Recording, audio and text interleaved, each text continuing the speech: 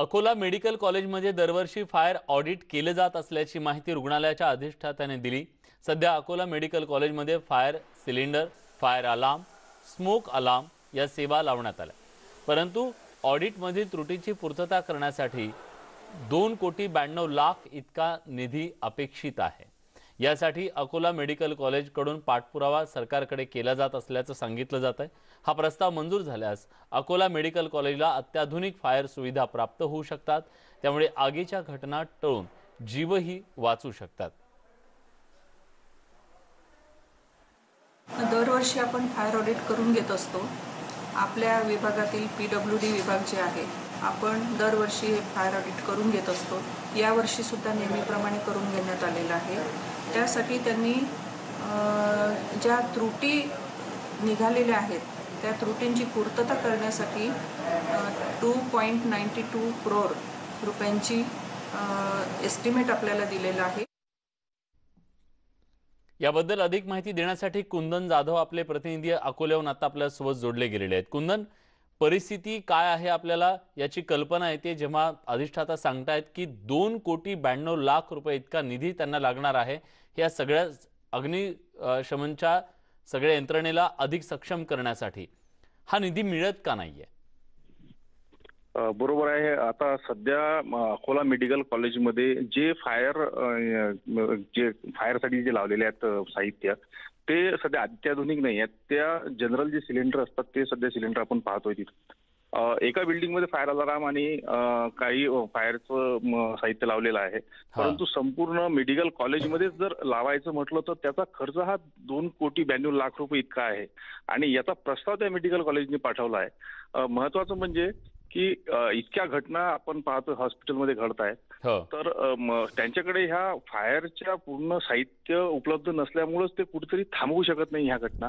परंतु या ऑडिट मध्ये प्रस्ताव मंजूर झाल्यास मोठ्या प्रमाणात जे होणाऱ्या हानी आहेत त्या टळू शकतील, म्हणून हा प्रस्ताव मंजूर व्हावा म्हणून मेडिकल कॉलेजही याच्या मागे पाठपुरावा करतोय। विलास, धन्यवाद कुंदन, तुम्ही दिलेल्या सगळ्या सविस्तर माहितीबद्दल। यानंतर अमरावतीतली काय परिस्थिती आहे जाणून घेऊया। अमरावतीमधील जिल्हा सामान्य रुग्णालय खूप जुनं आहे। अनेक गरजू इथे उपचारासाठी येत असतात। इथलं फायर ऑडिट मार्च 2021ला पूर्ण झाल्याची माहिती निवासी वैद्यकीय अधिकाऱ्यांनी दिली। इथली यंत्रणा योग्य असल्याचा अधिकाऱ्यांनी दावा केला।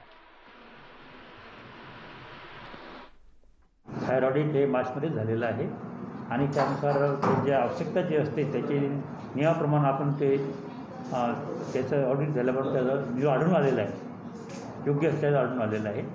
आणि तसंही आपण प्रत्येक वार्डात जे आपले स्टाफ नर्स किंवा सिक्युरिटी गार्ड असतात त्या सर्वांना पण प्रात्यक्षिक घेऊन त्यांना कुठं जर थोडीशी जरी आग लागली किंवा काही सुरुवात झाली असली त्याचं कशा प्रकारे आपल्या अग्निशमन ह्याच्यातून आपण विझवू शकतो याचं प्रत्यक्ष घेतलेलं आलेलं आहे। अमरावती जिल्ह्यातीलच नव्हे तर आसपासच्या जिल्ह्यातील आणि मध्य प्रदेशातील नागरिकांवर अमरावतीच्या जिल्हा सामान्य रुग्णालयात उपचार केले जाते आणि आता नव्यानेच जे कोविड रुग्णालयासाठी अमरावतीच्या सुपर स्पेशालिटी रुग्णालयात कोविड रुग्णालय उभारण्यात आलेलं आहे आणि या ठिकाणी कोविड रुग्णांवर उपचार केले जाते।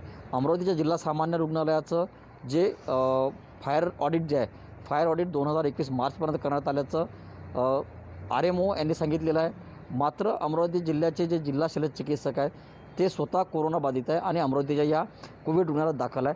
त्यामुळं अमरावती जिल्ह्याचं जिल्हा सामान्य रुग्णालयाचं ऑडिट झाल्याचं स्पष्ट झालेलं आहे। मात्र जे जिल्हा कोविड रुग्णालय आहे, कारण जिल्हा कोविड रुग्णालयात 2 दिवसापूर्वीच या ठिकाणी नवीनच डॉक्टरांनी पदभार घेतलेला आहे। त्यामुळे त्यांना आणि आज शनिवार असल्यामुळे सुट्टीचा दिवस असल्यामुळं प्रशासकीय जी यंत्रणा आहे ती या ठिकाणी नव्हती। त्यामुळं अमरावती जिल्हा सामान्य रुग्णालयाचं ऑडिट झालं हे स्पष्ट झालं आहे। मात्र या महत्त्वाच्या कोविड रुग्णालयाचं ऑडिट झालं की नाही झालं हा मात्र प्रश्न अजूनही अनुत्तरित आहे आणि प्रशासनाच्या वतीनं पुरेपूर माहिती जी आहे ती माहिती अजूनपर्यंत मिळालेली नाही। मात्र या ठिकाणी जी फायरची जी व्यवस्था आहे ती पूर्णतः या बिल्डिंगमध्ये पूर्ण केलेली आपण पाहू शकतो की ही या ठिकाणी या बिल्डिंगमध्ये जाण्यासाठी ही फायरचे जे बंब आहे ते बंब लावण्यात आलेले आहे। त्यामुळे पण मात्र ऑडिट संदर्भात अधिकृत माहिती जी आहे ती मिळू शकली नाही। व्हिडिओ सागरचा संजय शेंडे।